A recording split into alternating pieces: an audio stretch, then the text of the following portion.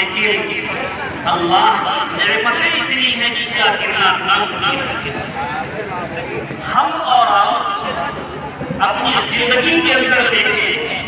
اپنے ضروریات میں دیکھیں کہ اللہ نے کیسی کیسی نعمتوں سے ہمیں اور آپ کو نوازا ہے۔ جس زبان سے ہم بول رہے ہیں، جن آنکھوں سے ہم دیکھ رہے ہیں، جس کانوں سے سن رہے ہیں، ہمیں ان نعمتوں کا احساس نہیں ہے۔ لیکن ذرا سوچو کہ اگر اللہ ان آنکھوں میں قوت بینائی نہ رکھتا تو ہم اور آپ اندھے ہوتے، زبان کے اندر قوت گویائی نہ ہوتا تو ہم اور آپ گونگے ہوتے، کانوں کے اندر قوت سنوائی نہ ہوتی تو ہم اور آپ بہرے ہوتے۔ اگر اللہ ہمیں عقل نہ دیتا تو ہم پاگل اور دیوانہ ہوتے، اگر ہمیں اللہ گھر نہ دیتا تو ہم بے گھر ہوتے، اولاد نہ دیتا لا ولد ہوتے، کھانا نہ دیتا تو ہم بھوکے ہوتے، پانی نہ دیتا تو پیاسے ہوتے۔ غرض ہے کہ ہم اور آپ ایک ایک نعمتوں پر غور کر کے دیکھیں کہ اللہ نے کیسے کیسے عظیم نعمتوں سے ہمیں اور آپ کو نوازا ہے۔ نعمتوں سے نوازنے کے بعد ہمیں اور آپ کو آزاد نہیں چھوڑا ہے۔ اللہ نے بیان کیا وَلَتُسْأَلُنَّ يَوْمَئِذٍ عَنِ النَّعِيمِ کہ کل قیامت کے دن تم سے نعمتوں کے بارے میں سوال ہوگا کہ ہم نے تم کو ایسی ایسی نعمتیں دی تھی، تم نے اس کا کتنا حق ادا کیا۔ اس لیے ہم اور آپ ذرا سوچیں غور کریں کہ اللہ نے ہمیں اس دنیا کے اندر پیدا کیا اور ہم اور آپ اس دنیا ماحول سے اتنے متاثر ہوئے کہ اپنے مقصد تخلیقی کو بھول گئے کہ اللہ نے ہمیں پیدا کیوں کیا۔ ہم اس ماحول میں اتنا رنگ اور غشت ہے کہ ہر وقت ہمارے اولاد کے دل و دماغ میں صرف دنیا ہی کی فکر، دنیا ہی کی خوشحالی، دنیا ہی کی ترقی، دنیا ہی کے بارے میں سوچ ہمہ وقت رہتی ہے۔ اللہ تبارک و تعالیٰ نے جو میں نے آیت کریمہ پڑھی ہے، اس آیت کریمہ میں اللہ نے ہماری اور آپ کی اسی بیماری کی تشخیص فرمائی کہ بل تؤثرون الحیات الدنیا، کہ تمہاری بیماری یہ ہے کہ تم دنیاوی معاملے میں ہر وقت دنیاوی زندگی کو ترجیح دیتے ہو، کسی کی خوشحالی، کسی کی ترقی کو ہر وقت سوچتے ہو۔ ذرا سوچو، اللہ کہہ رہے ہیں کہ جس دنیا کے خاطر تم دوڑ دھوپ کر رہے ہو، جس دنیا کے خاطر رات دن ایک کیے ہوئے ہو، جس دنیا کی خاطر تم نے حرام و حلال کی تمیز کھو دی ہے، یہ دنیا کیسے نئی زندگی ہے۔ آج ہم سوچیں، آج ہم میں سے ہر شخص پریشان ہے اس بات کا، کوشاں ہے اس چیز کے لیے کہ ہمارا مکان اچھا ہو، ہماری دکان اچھی ہو، ہمیں شہرت ملے، ہمیں منصب ملے، ہمیں عہدہ ملے، ہمارا لوگ چار لوگ نام جاننے والے ہو جائیں، اسی کے لیے انسان پریشان ہے۔ لیکن ذرا سوچو، اللہ کہتے ہیں میرے بندو سوچو، یہ جس کے لیے تم پریشان ہو، یہ کتنے دن رہے گی اور کتنے وقت کے دن رہے گی۔ تو معلوم یہ ہوا کہ اللہ تبارک و تعالیٰ نے ہمیں اور آپ کو اس دنیا کے اندر جو بھیجا ہے وہ اپنی عبادت کے لیے بھیجا ہے، آخرت کی تیاری کے لیے بھیجا ہے۔ اس لیے بھیجا ہے کہ جنت جو تمہارا آخری گھر ہے اس کی تیاری کرو، اس کے رضا والے کام کرو، تاکہ جب ادھر سے دعوت نامہ تمہارے پاس جائے، جب تمہارا بلاوا آ جائے تو تم خوشی بخوشی اللہ کے دربار میں حاضر ہو جاؤ۔ ایک واقعہ میں آپ کو بتاؤں، حضرت امام غزالی رحمۃ اللہ علیہ بہت بڑے عالم دین ہیں۔ ایک مرتبہ وہ اپنے دوست سے ملاقات کرنے گئے، دیکھا کہ دوست گھر کے اندر بہت زور سے آواز لگا رہا ہے، گھر والوں کو پریشان کیے ہوئے ہے کہ میرا اچھا جوڑا کہاں ہے، میرا اچھا گھوڑا کہاں ہے، میرا اچھا لباس کہاں ہے، میری اچھی تلوار کہاں ہے، میرا اچھا کھال کہاں ہے۔ غرض ہے کہ ہر اچھی چیز کا مطالبہ کر رہا تھا۔ امام غزالی رحمۃ اللہ علیہ دروازے کے قریب گئے اور دستک دیا، سلام کر کے اندر داخل ہوئے اور کہا اے دوست آج کیا ماجرا ہے کہ تم نے گھر والوں کو پریشان کر رکھا ہے کہ تمہاری ہر اچھی چیز کا مطالبہ کر رہے ہو؟ دوست نے کہا مسئلہ یہ ہے کہ آج بادشاہ وقت کا بلاوا آیا ہے، میں چاہتا ہوں کہ جب بادشاہ کے دربار میں پہنچوں تو ایک شان و شوکت کے ساتھ پہنچوں، ایک روب و دبدبے کے ساتھ پہنچوں، تاکہ ہماری ایک حیثیت، ہمارا ایک مقام ہو۔ امام غزالی رحمۃ اللہ علیہ اللہ کے نیک بندے تھے، ٹھنڈی سانس بھری اور کہا بہت اچھی بات ہے تم بادشاہ کے دربار میں جانے کی تیاری کر رہے ہو، لیکن ذرا سا ایک منٹ کے لیے سوچ لو کہ تم بادشاہ کے دربار میں جانے کی بھی تیاری، لیکن جس وقت بادشاہوں کا بادشاہ احکم الحاکمین کی طرف سے بلاوا آئے گا اور اس کا فرشتہ آئے گا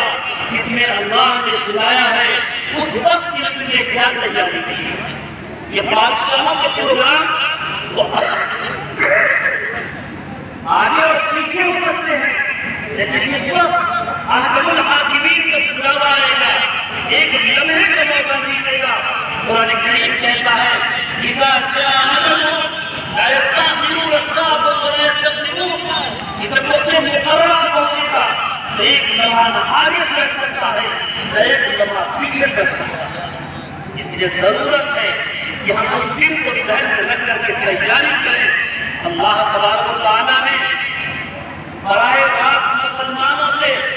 مومنین سے مخاطب ہو کر کے کہا یا ایھا الذین آمنوا اتقوا اللہ ولتنظر نفس ما قدمت لغد واتقوا اللہ ان اللہ خبیر بما تعملون۔ کہ اے ایمان والو ذرا سوچو، اللہ سے ڈرو اور سوچو، محاسبہ کرو، اپنی زندگی کا جائزہ لو کہ تم نے آنے والے کل یعنی قیامت میں تم نے کیا تیاری کی۔ اس لیے ہمیں اور آپ کو ضرورت ہے اس دنیا میں رہیں،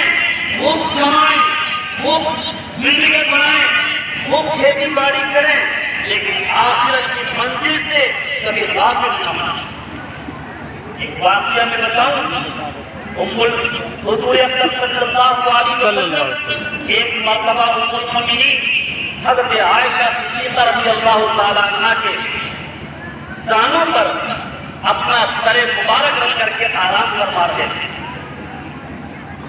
آپ کو نیند آ گئی، حضرت عائشہ رضی اللہ تعالیٰ عنہ کے آنکھوں سے آنسو کے قطرات جاری ہو گئے، آپ کی آنکھ کھل گئی اور آپ نے پوچھا اے عائشہ کیوں رو رہی ہو، کیا بات ہے؟ ام المؤمنین نے جواب دیا اے اللہ کے رسول کوئی بات نہیں، بس بیٹھے بیٹھے آخرت کا منظر سامنے آ گیا، آنکھوں سے آنسو کے قطرات جاری ہو گئے، لیکن اے اللہ کے رسول آپ کو اس سخت وقت میں ہمارے کام آئیں گے؟ اللہ کے رسول صلی اللہ علیہ وسلم نے فرمایا کہ 3 موقع ایسا ہے جس میں کوئی کسی کا پرسان حال نہیں ہوگا، کوئی کسی کا کام نہیں آئے گا۔ سب سے پہلا موقع وَإِذَا الصُّحُفُ نُشِرَتْ، جب صحیفے بکھیرے جائیں گے، ہر شخص اپنے ہاتھ میں نامہ اعمال دیکھے گا تو چیخے گا کہ مالی حاضر کتاب لا یغادر صغیرۃ ولا کبیرۃ الا احصاھا، اس کتاب کو ہو کیا گیا ہے، اس نے تو کوئی چھوٹی بڑی چیز چھوڑی نہیں ہے، ساری کی ساری چیزیں کتابوں میں درج ہیں۔ لیکن جن کے داہنے ہاتھ میں نامہ اعمال ملے گا وہ کتنے خوش ہوں گے۔ قرآن کریم کہتا ہے فَأَمَّا مَنْ أُوتِیَ کِتَابَهُ بِیَمِینِهِ فَیَقُولُ هَاؤْمُ اقْرَءُوا کِتَابِیَهْ إِنِّی ظَنَنْتُ أَنِّی مُلَاقٍ حِسَابِیَهْ وَهُوَ فِی عِیشَةٍ رَاضِیَةٍ فِی جَنَّةٍ عَالِیَةٍ قُطُوفُهَا دَانِیَةٌ۔ جس کے دائیں ہاتھ میں نامہ اعمال دے دیا گیا وہ اچھلتا پھرے گا، کودتا پھرے گا، لوگوں کو دکھلاتا پھرے گا اور کہے گا ہاؤ کتابیہ، لو میرا نام اعمال پڑھ لو، انی ظننت انی ملاق حسابیہ، میرا یقین تھا کہ قیامت قائم ہوگی، ذرے ذرے کا حساب ہوگا، میں نے اس کی تیاری کر رکھی تھی، میں نے دنیا کے اندر آخرت کی فکر کو غالب کرنا تھا۔ اللہ تبارک تعالیٰ فرشتوں سے کہیں کہ ایسے لوگوں کو خوشخبری سنا دو، کلو واشربوا ہنیئا بما اسلفتم فی الایام الخالیہ، کھاؤ اور پیو یہ صلہ ان چیزوں کا جو تم نے دنیا کے اندر کیا ہے۔ لیکن اگر کسی کے ہاتھ میں بائیں ہاتھ میں نامہ اعمال مل گیا تو وہ کتنا روئے گا، کتنا پچھتائے گا۔ قرآن کریم نے اس کا نقشہ کھینچا ہے، وَأَمَّا مَنْ أُوتِيَ كِتَابَهُ بِشِمَالِهِ فَيَقُولُ يَا لَيْتَنِي لَمْ أُوتَ كِتَابِيَهْ، جس کے بائیں ہاتھ میں نامہ اعمال دے دیا گیا وہ کہے گا کاش کہ مجھے میرا نامہ اعمال ہی نہ دیا جاتا، کاش کہ میرا حساب ہی نہ ہوتا۔ یہ پہلا موقع ہے جس کا کوئی پوچھانے خالی نہیں ہوگا۔ دوسرا موقع کہ ہر شخص کو پل صراط سے گزرنا ہے، 500 برس کی مسافت ہے، لیکن آپ جیسے ہر شخص جانتا ہے کہ وہ کتنا اندھیرا، باریک، بال سے زیادہ باریک، تلوار سے زیادہ تیز، لیکن مومنین کیسے گزریں گے؟ قرآن کریم کہتا ہے یوم تری المؤمنین والمؤمنات یسعی نورہم بین ایدیہم وبایمانہم، وہ دن دیکھنے کے قابل ہوگا جب مومن مرد اور مومن عورتوں کے سامنے ان کا نور چل رہا ہے۔ کس چیز کا نور ہوگا؟ قرآن کا نور ہوگا، ایمان کا نور ہوگا، نماز کا نور ہوگا، دنیا کے اندر جو اچھے اعمال کیے اس کا نور ہوگا۔ اس روشنی میں وہ آگے آگے جا رہے ہوں گے۔ منافقین جب مسلمانوں کو دیکھیں گے تو کہیں گے کہ ہمیں بھی اپنے نور کے اندر لے کے چلو۔ قرآن کہتا ہے کہ منافقین کہیں گے يوم يقول المنافقون والمنافقات للذين آمنوا انصرونا نقتبس من نوركم قيل ادخلوا وراءكم يرحمكم الله۔ منافق مرد اور منافق عورتیں کہیں گے کہ مسلمانوں ہمارے پاس نور ہے، ہمیں بھی اپنی روشنی کو لے کے چلو، لیکن کہیں گے قیل ادخلوا، یہ نور یہاں نہیں ملنے والا، لوٹ جاؤ دنیا کے اندر وہاں حاصل کرو۔ تیسرا وقت جب نامہ اعمال تولا جائے گا، ہر شخص پریشان کہ اس کا نامہ اعمال میں اضافہ ہو جائے۔ وَالْوَزْنُ يَوْمَئِذٍ الْحَقُّ فَمَنْ ثَقُلَتْ مَوَازِينُهُ فَأُولَٰئِكَ هُمُ الْمُفْلِحُونَ، جس کا نامہ اعمال بھاری وہ کامیاب اور جس کا ہلکا وہ ناکام اور نامراد۔ خلاصہ یہ ہے بات کرنے کا کہ ہم اور آپ اس دنیا کے اندر آ کر کے اپنے مقصد تخلیق کو بھول گئے ہیں، دنیا میں مست ہو گئے، دنیا کے کاروبار میں لگ گئے، اس کی خوشحالی، اسی کی ترقی میں اتنا لگ گئے کہ آخرت سے غافل ہو گئے ہیں۔ آخرت کا احساس نہیں ہے، اذانیں ہوتی ہیں لیکن ہم نمازوں کے لیے نہیں چلتے ہیں، صبح بیدار ہوتے ہیں، ہمیں اگر فکر ہوتی ہے تو اخبار پڑھنے کی فکر ہوتی ہے، فکر ہوتی ہے تو ہوٹلوں پر چائے پینے کی فکر ہوتی ہے، فکر ہوتی ہے تو دوستوں کے کھیت کھلیان میں جانے کی فکر ہوتی ہے۔ اس چیز کی فکر نہیں ہوتی ہے کہ ہم قرآن کریم کی تلاوت کر رہے ہیں، اس چیز کی فکر نہیں ہوتی ہے کہ مسجدوں میں دعا پہنچ کر کے ملک صحیح صاحب کیا ہو جائے تب دے جائے گا، بڑھ جاؤ زیادہ ٹائم نہیں ہے، ایک بچ جائے ٹائم نہیں، ایک بچے ہے، ایک بچے ہے، تھوڑا سا بیٹھ جائے بچہ لے، ہم بھی تھکے ہوئے تو لگتا ہے رہے تھے۔ وزیر اعظم کو، اپنے ملک کے وزیر اعلیٰ کو یا اس تنظیم کے لوگوں کو برا بھلا کہتے ہیں اور کہتے ہیں کہ مسلمانوں کے دشمن ہیں، مسلمانوں کے خلاف سازشیں رچتے ہیں۔ یقین جانو ان تبصروں سے کوئی مسئلہ حل ہونے والا نہیں۔ بالکل صحیح ہے۔ چاہتے ہیں ملک کے اندر امان ہو، سکون ہو، مسلمان عزت کی زندگی گزارے،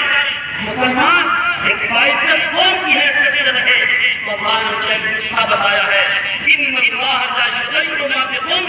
حتی یغیر ما بانفسہم، بے شک اللہ کسی قوم کے حالات کو نہیں بدلتا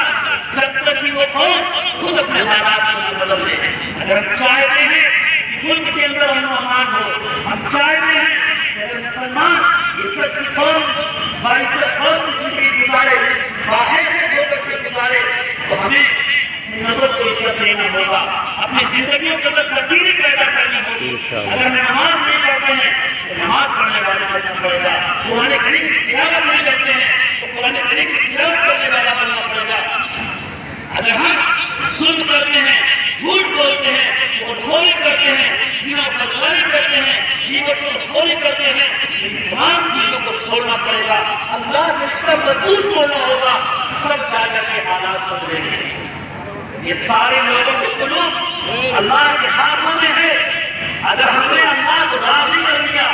تو آج جو ہمارے دشمن ہیں اللہ کے قلوب کو بدلے گا اور پھر وہ ہمارے خلاف فیصلہ کرے گا، ہمارے حق میں بولیں گے، ہم عزت کی زندگی گزاریں گے۔ اس لیے سب سے پہلا کام یہی ہے کہ ہم اپنا رشتہ اللہ سے مضبوط جوڑ لیں، اور ہم تقریر زمانے سے سنتے چلے آ رہے ہیں، صرف اس کو سننے کی نیت سے نہ سنیں، اپنے کانوں کو صرف اس لیے نہ سنیں تقریروں کو کہ فلاں نے کیا کہا، کیسی تقریر کی، عمل کی نیت سے سنیں، ایک جذبہ لے کر کے جائیں، اپنی زندگی کے اندر اختیار لانے کی کوشش کریں۔ کافی وقت ہمارا اور آپ کا گزر چکا ہے لاپرواہی کے اندر، غفلت کے اندر، اور وقت کم بچا ہے، اس کو اللہ کی رضا میں لگائیں، اللہ کو راضی کرے، اللہ حالات بے شک۔ دوسری ذمہ داری یہ ہے کہ ہم اور آپ اپنی اولاد کے تعلق سے فکر مند ہو جائیں۔ قرآن کریم کہتا ہے یا ایھا الذین آمنوا قوا انفسکم واہلیکم نارا، یا ایمان والو تم اپنے آپ کو اور اپنے اہل و عیال کو اور اپنے بیوی بچوں کو اور اپنے ماتحتوں کو جہنم کی آگ سے بچاؤ۔ پہلا کام یہ ہے کہ اس کو نیک بنیں، دوسرا کام یہ ہے کہ اپنی نسلوں کے تعلق سے اس چیز کی فکر میں کہ ان کا دین محفوظ ہو جائے، ان کا عقیدہ مضبوط ہو جائے، وہ دین اسلام پر چلنے والے ہو جائیں۔ دنیا کے اندر جتنے پیغمبر آئے سبوں نے اپنے اولاد کے تعلق سے، اپنی نسلوں کے تعلق سے وہ فکر مند رہے ہیں۔ چنانچہ حضرت ابراہیم علیہ السلام نے اپنے گھر والوں کو جب اس جگہ چھوڑا جنہیں آج مکہ معظمہ کہا جاتا ہے، وہاں اپنی بیوی حضرت ہاجرہ اور اپنے بیٹے علیہ السلام کو چھوڑا تو وہاں چند دعائیں کی، اس میں سے ایک دعا یہ بھی کی تھی رب اجعلنی مقیم الصلاۃ ومن ذریتی ربنا وتقبل دعا، کہ اے میرے پروردگار آپ مجھے بھی نمازی بنا دیجئے اور میری ذریت کو بھی نمازی بنا دیجئے۔ حضرت ابراہیم علیہ السلام جب اللہ کے حکم سے بیت اللہ کی تعمیر کر چکے تو دونوں نے دعائیں کی ربنا وجعلنا مسلمین لک ومن ذریتنا امة مسلمة لک، کہ اے میرے پروردگار ہم کو بھی اپنا تابعدار بنا دیجئے اور ہماری ذریت کو بھی اپنا تابعدار بنا دیجئے۔ حضرت یعقوب علیہ السلام نے کیا نصیحت کی اپنے بیٹے کو، یا بنیا ان اللہ اصطفیٰ لکم الدین فلا تموتن الا وانتم مسلمون، کہ میرے بیٹے تمہارے لیے اللہ نے دین کو منتخب کر دیا ہے، اب تمہیں کچھ اسلام کی موت نہیں آنی چاہیے۔ ہمارے جب موت کا وقت قریب ہوتا ہے تو ہم بچوں کو قریب کرتے ہیں، نصیحت کرتے ہیں، وصیت کرتے ہیں کہ فلاں کے ہم قرض ہیں، یہ کھیت ان کا ہے، یہ مکان ان کا ہے، ایسا کر لینا ویسا کر لینا۔ حضرت یعقوب علیہ السلام پیغمبر ہیں اور جب موت کا وقت قریب ہوتا ہے اپنی اولاد کو جمع کرتے ہیں، اور کیا فکر ہے، کیا قرآن ہے، اس کو سمجھنے کی ضرورت ہے۔ قرآن کریم کہتا ہے اذ حضر یعقوب الموت اذ قال لبنیہ ما تعبدون من بعدی، جب موت کا وقت قریب آیا تو حضرت یعقوب علیہ السلام نے اپنے بیٹوں سے کہا کہ میرے بعد تم کس کی عبادت کرو گے؟ ایک فکر ہے اس چیز کی، کہیں میرے بعد میرے بیٹے اس دین الہی سے کہیں منحرف نہ ہو جائے۔ ہم سوچیں کہ ہم کتنا اپنے اولاد کے تعلق سے فکر مند ہیں۔ قرآن اسی کو کہہ رہا ہے یا ایھا الذین آمنوا قوا انفسکم واہلیکم نارا، کہ اے ایمان والو تم اپنے آپ کو جہنم کی آگ سے بچاؤ اور اپنے اہل و عیال کو، اپنے بیوی بچوں کو، اپنے ماتحتوں کو، اپنے آنے والی نسلوں کو بھی جہنم کی آگ سے بچاؤ۔ اس کے اندر کہا گیا کلکم راع وکلکم مسئول عن رعیتہ، تم میں سے ہر شخص نگراں ہے اور اس سے اس کے ماتحتوں کے بارے میں سوال کیا جائے گا۔ باپ سے پوچھا جائے گا کہ تم نے اپنے بیٹے کو دیندار بنانے کے تعلق سے اس پر کتنی محنتیں کی ہیں، کتنی کوششیں کی ہیں۔ ماں سے پوچھا جائے گا تم نے اپنے اولاد کو نیک بنانے کے لیے تمہارے اس میں کتنا حصہ ہے۔ شوہر سے پوچھا جائے گا تم نے اپنی بیوی کو دیندار بنانے کے لیے اس پر کتنی محنتیں کی ہیں۔ آج ذرا سوچو، ہم اور آپ، اگر بچہ گھر کے اندر کچھ نقصان کر دیتا ہے تو ہمیں غصہ آتا ہے، ہم ڈانٹتے ہیں اپنے بچے کو، اور بچہ اگر گھر کے اندر نماز نہیں پڑھتا ہے، روزے نہیں رکھتا ہے، اچھے کام نہیں کرتا ہے، ہمیں کوئی کام اچھو نہیں دیکھتا ہے، ہمیں کوئی افسوس نہیں ہوتا ہے۔ یہ ہے دین کی حیثیت۔ دنیا کی معمولی سی چیز کی پر ہمیں غصہ آ جاتا ہے، لیکن نماز چھوڑ رہا ہے بیٹا، ہمیں کوئی غصہ نہیں آتا۔ یہ سوچنے کی ضرورت ہے، فکر لینے کی ضرورت ہے۔ اس لیے ضرورت ہے کہ ہم اپنے بیٹوں کے تعلق سے فکر مند ہوں اور ان کا عقیدہ مضبوط کریں، جو کہ آج یہ جو ہمارے دشمن ہیں وہ ہمارے جانوں کے صرف دشمن نہیں ہیں، ہمارے صرف مالوں کے دشمن نہیں ہیں، وہ ہمارے آنے والی نسلوں کے ایمان اور عقیدے کے دشمن ہیں۔ وہ چاہتے ہیں کہ صرف نام کو مسلمان رہیں، ان کے پاس عقیدہ محفوظ نہ رہے، ان کا ایمان مضبوط نہ رہے۔ تو ہمیں چاہیے کہ اپنے آنے والی نسلوں کے عقیدے کو مضبوط کریں، آنے والی نسلوں کے ایمان کی حفاظت کے لیے ہم محنت اور کوشش کریں، ان کا ایمان مضبوط ہو جائے، تاکہ دنیا کے اندر وہ کہیں بھی رہیں، حالات آئیں، مقابلہ کریں گے، اپنا ایمان بچائیں گے اور دنیا کو لات ماریں گے۔ لیکن اگر ہم نے اولاد کو دیندار نہیں بنایا، اولاد کا عقیدہ مضبوط نہیں کیا، اپنی لڑکوں اور لڑکیوں کو یہ نہیں سمجھایا کہ اللہ ایک ہے، اللہ پر ایمان،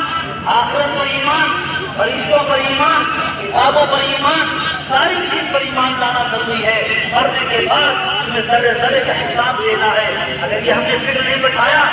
یقین جانو یہ اولاد جب آگے کھڑی ہوگی، حالات آئیں گے، دنیا کو بچائے گی اور ایمان کو لے جائے گی۔ اب مسئلہ یہ ہے کہ فکر پیدا ہو گئی کہ بچوں کو ہمیں دیندار بنانا ہے، بچوں کا عقیدہ مضبوط کرنا ہے، لیکن یہ عقیدے ہوں گے کہاں مضبوط؟ اس کے لیے ہمیں رخ کرنا پڑے گا، اپنے اپنے علاقے کے اندر جو مکاتب اور مدارس ہیں اس میں بھیجنا ہوگا تاکہ وہاں ان کا عقیدہ مضبوط ہو۔ یہ جو آج ہمارے اور آپ کے علاقے کے اندر مدارس موجود ہیں، مکاتب موجود ہیں، ان کی قدر ہمیں نہیں ہے، لیکن یقین جانو سیر کرو دنیا کا اور ان علاقوں کے اندر جاؤ جہاں دیکھو مکاتب نہیں ہیں، مدارس نہیں ہیں، وہاں مسلمانوں کی حالت کیا ہے؟ ان کا نام ٹھیک سے نہیں ہے، ان کا نام اچھے نہیں ہے، ان کو کلمہ نہیں یاد ہے، ان کا عقیدہ مضبوط نہیں ہے، کوئی مر جاتا ہے تو نماز جنازہ پڑھنے والا موجود نہیں ہے۔ اس لیے اللہ نے ہمیں اور آپ کو جو ہمارے گاؤں اور علاقے کے اندر یہ مکاتب اور مدارس اللہ نے دیے ہیں، ہم ان کی قدر کریں، ان کو محبت کی نظروں سے دیکھیں اور اس کو بہت بڑی نعمت سمجھیں، کیونکہ یہ مدارس دنیا کی ہڈی کی حیثیت رکھتے ہیں، یہ معاشرے اور سوسائٹی کے اندر، سماج کے اندر ایک مکھن کی حیثیت ہے، یہ اللہ اور اس کے رسول سے آشنا کرنے کا ذریعہ ہے۔ اس لیے ہماری اولاد کی ذمہ داری ہے کہ جہاں ہم ان مدارس کو اپنے مال و دولت سے چندہ دیتے ہیں تاکہ یہ مدارس چلے، اس سے زیادہ ضروری ہے کہ اپنے نونہالوں کو، اپنے معصوم بچوں کو ان مکاتب میں داخلہ کرائیں تاکہ ان کا عقیدہ مضبوط ہو، ایمان مضبوط ہو، نماز پڑھنا سیکھیں، قرآن پڑھنا سیکھیں، یہ ساری چیزیں جب سیکھیں گے تو یقین جانو آپ پڑھائی ذمہ داری سے۔ اس لیے ایک آخری گزارش اسی بات کی کہ ہم اور آپ اول مرحلے پر اپنی زندگی کا محاسبہ کر لیں، اپنی زندگی کا جائزہ لے لیں کہ ہماری زندگی کیسے گزر رہی ہے، رحمان کے مطابق گزر رہی ہے یا شیطان والے جان کے مطابق گزر رہی ہے۔ اگر رحمان کے احکام کے مطابق گزر رہی ہے اللہ کا شکر ادا کیجیے، اگر شیطان کے مطابق زندگی گزر رہی ہے توبہ و استغفار کیجیے، اللہ سے رشتہ مضبوط کیجیے اور اپنی آنے والی نسلوں کی دین کی حفاظت کے لیے اپنے نونہالوں کو مدرسے اور مکاتب کا رخ کیجیے تاکہ ان کا عقیدہ مضبوط